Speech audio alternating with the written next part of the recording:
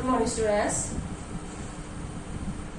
बेटा हम first order की इंटीग्रेटेड इक्वेशन कर रहे थे, तो आगे और रिजल्ट्स जो है वो डिफरेंट फॉर्म है या डिफरेंट, जैसे कि 50% रिएक्शन कंप्लीट होने में, 75% रिएक्शन कंप्लीट होने में, 99.9% रिएक्शन कंप्लीट होने में जो टाइम लेगी उनके बीच में क्या रिलेशनशिप है, वो आगे की जो और जो डेरिवेशन है या रिलेशनशिप है बचे हुए हैं हमारे पास, तो बहुत इंपॉर्टेंट है।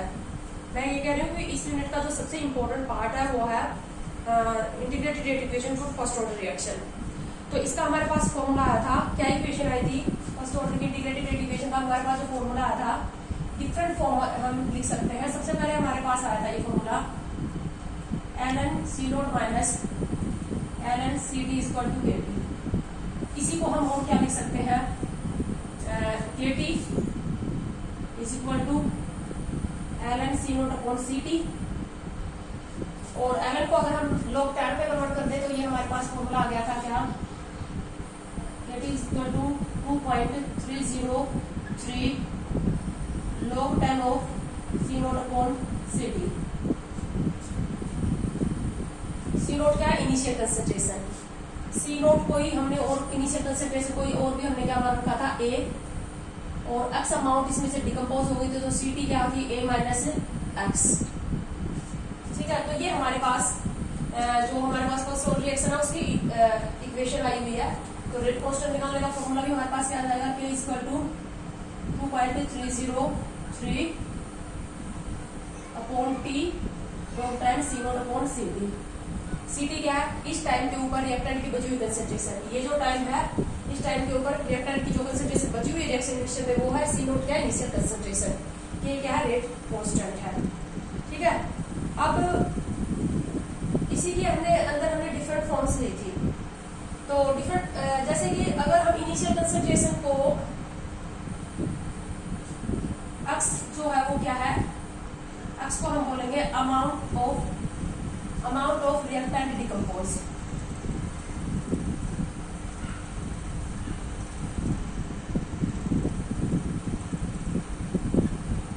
अमाउंट डिकम्पोज भी लिख सकते हो उसको, अमाउंट डिकम्पोज x। अगर तुमसे पूछ लिया जाए degree of dissociation first order में, डिग्री ऑफ डिसोसिएशन क्या होगा,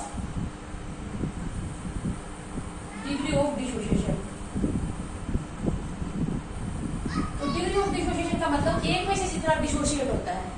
अब इनिशियल अमाउंट हमने लेके चले हैं, जैसे हमारे पास कोई भी रिएक्शन है, ए से क्या बन रहा है, बी बन रहा है। ए की जो T0 है उसके ऊपर ए की जो कंसंट्रेशन है वो है ए, और इसमें से T टाइम के ऊपर x जो है वो क्या हो गया, डिकम्पोज। तो डिग्री ऑफ डिसोसिएशन अगर आपको पूछ लिया जाए फर्स्ट ऑर्डर का डिग्री ऑफ डिसोसिएशन क्या होगा, तो एक में से जो डिसोसिएट होता है वो क्या कहलाता है, डिग्री ऑफ डिसोसिएशन। तो हम ये कहेंगे कि ए में से डिकम्पोज कितना हुआ, x। तो एक में से डिकम्पोज कितना हुआ, x by A. So degree of dissociation is equal to क्या हो गया, x by A. Degree of dissociation क्या होगा, x बाय ए। ठीक है, percentage dissociation, percentage dissociation, percentage dissociation का मतलब 100 में से जो डिसोसिएट हो रहा है, ए में से डिसोसिएट हो रहा है x, तो 100 में से डिसोसिएट कितना हो जाएगा, x बाय ए इंटू 100। ये हो जाएगा परसेंटेज डिसोसिएशन। क्यों, clear? Degree of amount dissociation क्या है, अमाउंट डिसोसिएशन है x, degree of dissociation x by a, and percentage dissociation क्या है, x बाय a इंटू 100। अब हम जो फर्स्ट ऑर्डर है उसकी हाफ लाइफ 50%, 75%, 99.9%, 90% रिएक्शन कंप्लीट होने में जो टाइम लेगी उसके डिफरेंट इक्वेशंस हमें निकालनी है। ठीक है, मैंने आपको ये बताया था कि फर्स्ट ऑर्डर रिएक्शन कभी भी 100% कंप्लीट नहीं होती, सिर्फ जीरो ऑर्डर रिएक्शन ही 100% कंप्लीट होती है। बाकी फर्स्ट, सेकंड, थर्ड कोई भी ऑर्डर रिएक्शन जो है वो 100% कंप्लीट नहीं होती। कैसे पता चला था इसका,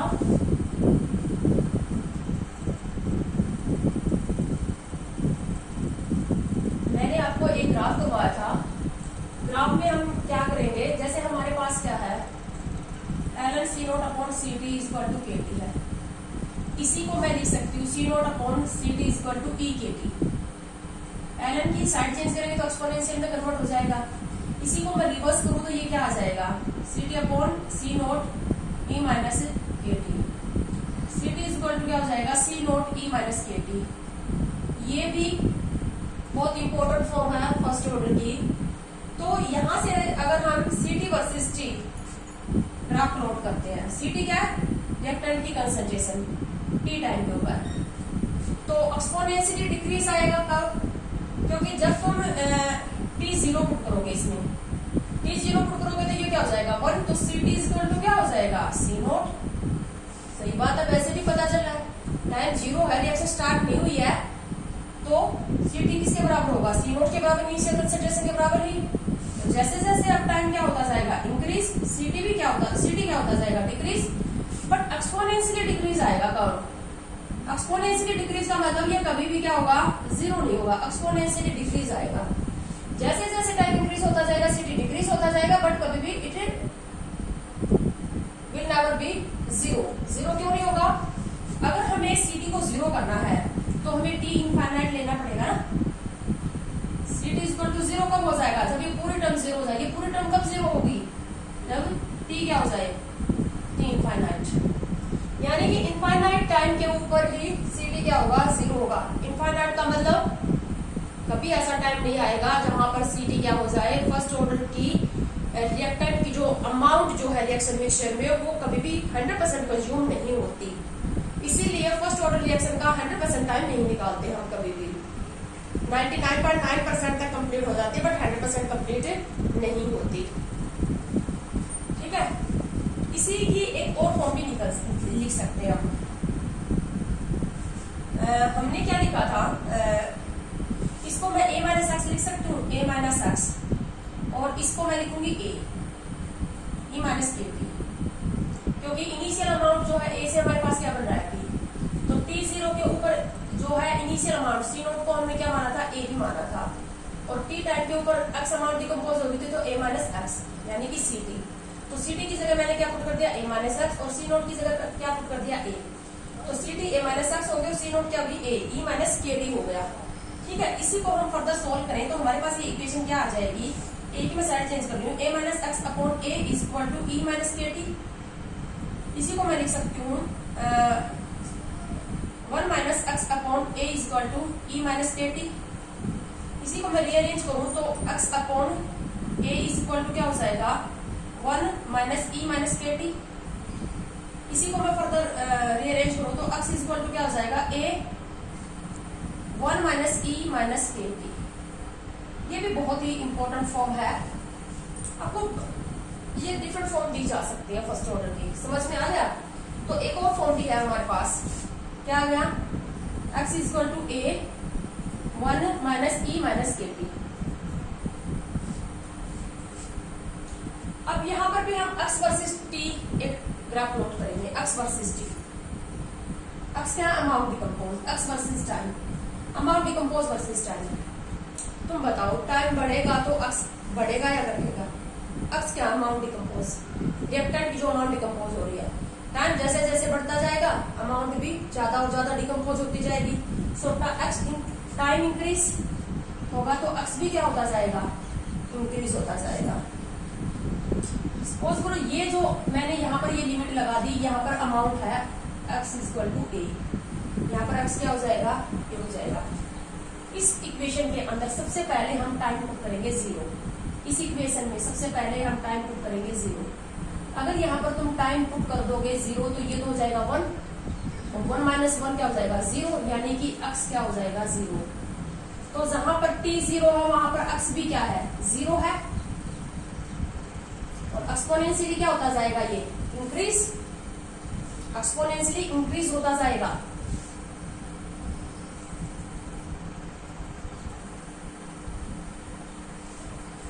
जैसे जैसे टाइम इंक्रीज होगा एक्स भी इंक्रीज होगा। जहां पर टाइम जीरो होगा वहां एक्स भी क्या है, जीरो। इसमें टाइम जीरो पुट करो तो ये हो जाएगा 1, 1 माइनस 1 क्या हो जाएगा, जीरो। तो टाइम जीरो तो एक्स भी क्या हो जाएगा, जीरो। अब जैसे जैसे टाइम इंक्रीज होगा एक्स इंक्रीज होगा, एक्सपोनेंशियली एक्स क्या होता जाएगा, टाइम इंक्रीज होने के साथ increase. But x never equal to a, x a के इक्वल कभी नहीं हो सकता। क्यों नहीं हो सकता, देखो x को अगर हमें a करना है तो हमें इस पूरी टर्म को क्या करना पड़ेगा, इस टर्म को हम जीरो करें। इस टर्म को जीरो कब कर सकते हैं, जब हम टाइम इनफाइनाइट पुट करेंगे। टाइम यहाँ पर इनफाइनाइट पुट करोगे तो ये पूरी टर्म क्या हो जाएगी, जीरो, और उस टाइम x इक्वल टू क्या हो जाएगा, a हो जाएगा। यानी कि x a के बराबर नहीं हो सकता, यानी कि a क्या है, इनिशियल अमाउंट जो हमने ली है। x कभी भी, जैसे हमने 1 मोलर कंसंट्रेशन ली थी, तो x कभी भी 1 मोलर नहीं होगा, पूरा 1 मोल कंज्यूम नहीं होगा। तो इन दोनों इक्वेशन से हमें क्या पता चल रहा है, दोनों ग्राफ से भी पता चल रहा है, ये x वर्सेस t है और ये ct वर्सेस t है। ठीक है, ct never be zero, x never be a, it take infinite time. यानी कि फर्स्ट ऑर्डर कभी भी 100% कंप्लीट नहीं होती। ये डिफरेंट जो ग्राफ है ना, ये बहुत इंपॉर्टेंट है। ये जो ग्राफ है, इनसे ये दे दी जाएगी आपको, इसी से आपको रिएक्शन का ऑर्डर पूछ लिया जाएगा। ठीक है, तो अब आगे चलते हैं हम। अब आगे हम क्या करेंगे, डिफरेंट परसेंट निकालेंगे। 50%, 75%, 99%, 90% रिएक्शन कंप्लीट होने में जो टाइम लेंगे, उनके बीच में क्या रिलेशनशिप फर्स्ट ऑर्डर में। परसेंटेज निकालने के लिए चलो हम एक काम करते हैं। जैसे हमारे पास है P equal to 2.303 upon K log 10 C0 upon C2। Percentage निकालनी है तो सपोज करो हम C0 को मान लेते हैं यहाँ पर 100। C0 क्या ले लेते हैं हम, 100 में से जो डिकम्पोज होगा वो परसेंटेज डिकम्पोजिशन हो जाएगा ना। 100 में से जैसे 50 डिकम्पोज हो गया, तो 50% डिकम्पोज हो गया, तो जहां पर 50% डिकम्पोज हो जाता है, रिएक्टेंट की इनिशियल अमाउंट का 50% डिकम्पोज हो जाता है, वो क्या हुआ, 50% या हाफ लाइफ। तो क्या करेंगे, परसेंटेज निकालने के लिए हमने क्या किया, C0 को हमने कितना मान लिया, 100 मान लिया। 100 में से जो भी घटेगा वो क्या हो जाएगा, परसेंटेज डिकम्पोजिशन हो जाएगा। अब 100 में से जितना घटेगा, अब 100 में से जैसे x% घट रहा है, तो ये क्या हो जाएगा, परसेंटेज डिकम्पोज।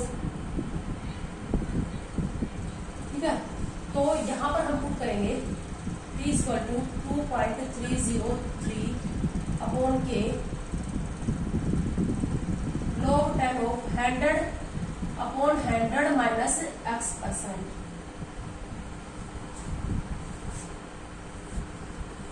एक में से जो डिकम्पोज होता है वो क्या होता है, डिग्री ऑफ डिसोसिएशन, है ना। और 100 में से जो डिकम्पोज होगा वो क्या होगा, परसेंटेज डिकम्पोजिशन। तो x% क्या है, x की अगर परसेंटेज कर दोगे तो वो क्या हो जाएगा, अकेला x क्या है, अमाउंट डिकम्पोज। x% क्या हो जाएगा, परसेंटेज डिकम्पोज। तो x%, अब जैसे हमें अगर यहाँ पर 50% डिकम्पोज होना, तो x% की जगह हम क्या पुट कर देंगे, 50%। तो 50% डिकम्पोज होगा तो वो टाइम क्या कहलाएगा, T हाफ या T 50%। तो अगर हम x% को क्या रख दें, 50, यानी कि 50% क्या हो रहा है, डिकम्पोज। तो टाइम क्या हो जाएगा हमारे पास, टाइम को हम क्या पुट कर देंगे, T 50%, और इसी को हम क्या कहेंगे, T हाफ। ठीक है, तो हम निकाल रहे हैं हाफ लाइफ।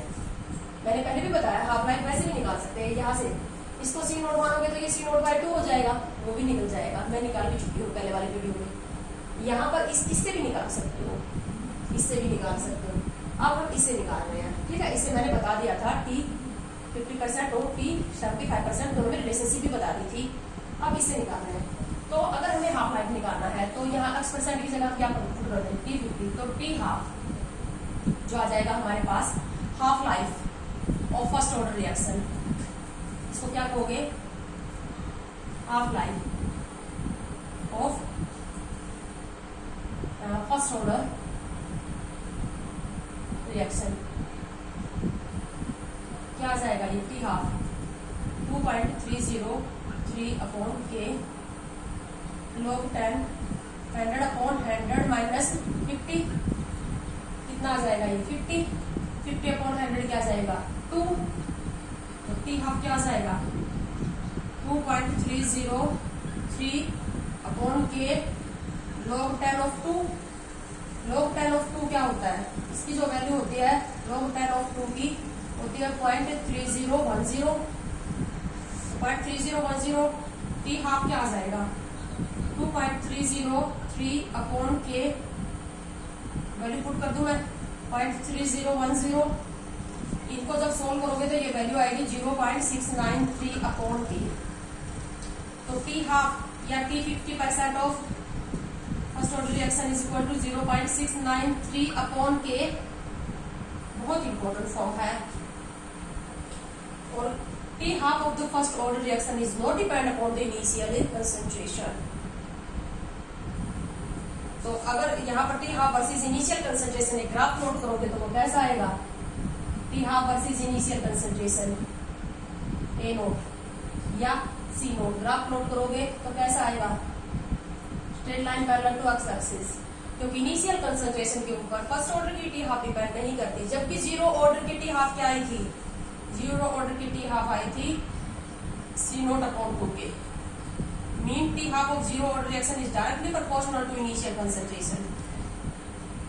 तो अगर t half versus initial concentration graph इस टाइप का आ जाए, T half versus initial concentration इस टाइप का ग्राफ आ जाए तो ये किसके लिए है? ये जीरो ऑर्डर के लिए है। ये किसके लिए? ये फर्स्ट ऑर्डर के लिए है। तो ग्राफिकल मेथड है बेटा ये ऑर्डर पहचानने का। ठीक है, समझ में आ गया? इसी को हम इस फॉर्म से भी निकाल सकते हैं। इससे कैसे निकाला था इससे भी एक बार दोबारा से देख लो, हालांकि मैं करवा चुकी हूँ इसको। सीटी क्या है? बची हुई अमाउंट क्या हो जाएगी? टी 50% किसको कहोगे? जब सी नोट बाय 2 कंज्यूम हो जाए, सी नोट में से कंज्यूम कितनी होगी? सी नोट बाय 2 तो रहेगा इतनी रह जाएगी ये सी नोट बाय 2 इक्वल टू क्या हो जाएगी? सीटी। तो सीटी की जगह क्या पुट कर दोगे? C note by 2। तो टी हाफ इक्वल टू क्या हो जाएगा?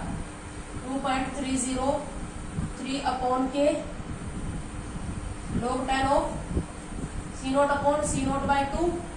ये 2 पर चला जाएगा, वही फॉर्म आ गई ना, log 10 2 आ गया। तो T half equal to 2.303 upon K log 10 of 2, वही फॉर्म आ गई log 10 ऑफ 2। एक और तरीके से एलएन की फॉर्म में भी लिखते हैं ना हमारे पास ये इक्वेशन। एलएन की फॉर्म में क्या थी ये इक्वेशन हमारे पास? Ln c note upon c two equal to k t. उससे भी निकाल सकते हैं t half. K t equal to ln c note upon c t. तो T half is equal to 1 upon k ln 2 आ जाएगी। सीटी को क्या पुट कर दोगे? C note by 2। तो एलएन, सो टी हाफ और first order reaction is equal to ln 2 upon T. ये भी है। ठीक है, अब हम निकालेंगे P 75% या P 3/4%। 75% कंप्लीट कोई भी फर्स्ट ऑर्डर रिएक्शन हो, 75% रिएक्शन कंज्यूम होने में जो टाइम लेगी, तो P 75%। इसी को और क्या बोल सकते हो? P 3/4 इसी इक्वल टू क्या हो जाएगा? फॉर्मूला क्या था हमारे पास?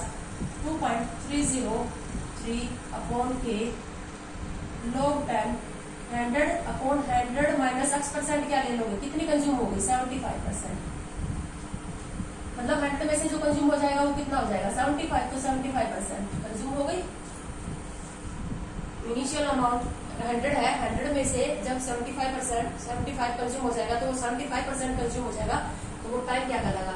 T 75% या T 3/4 क्या आ जाएगा? ये 2.303 अपॉन के log 10 100 अपॉन 25। ये कितना आ जाएगा? 4। कितना आ जाएगा? 2.303 upon K log 10 of 4। log 10 of 4 को log 2 की पावर 2 भी लिख सकते हो। अभी हाफ लाइफ में कितना आया था? ये log 10 ऑफ 2 आया था। Half life 2.303 upon K log 10 of 2 आया था। दोनों में क्या रिलेशनशिप है? T 75% of upon T 50%। क्या हो जाएगा? 2 आ जाएगा। दोनों को अपॉन करके देख लेना। ये भी देखो, ये log 10 4 है, ये log 10 2 है। फर्स्ट ऑर्डर की T 75% जो होगी वो डबल टाइम लेगी, 50% जितना होने में टाइम लेती है वो। So T 75% of first order is equal to 2T half. 2t 50% या 2t हाफ। जीरो ऑर्डर में ये क्या रिलेशनशिप आई थी, जीरो ऑर्डर की 75% और 50% होने में कितना क्या रिलेशनशिप आई थी 1.5 की 75% ऑफ की 75% of is equal to 1.5 of T 50%। ये जीरो ऑर्डर के लिए था, ये जीरो ऑर्डर के लिए, फर्स्ट ऑर्डर के लिए, बातें आपको याद रखनी है। उसके बाद आगे आगे निकाल लेते हैं हम। इस वीडियो में बेटा हम इतना ही पढ़ेंगे, नेक्स्ट जो टॉपिक है वो नेक्स्ट लेक्चर पढ़ेंगे।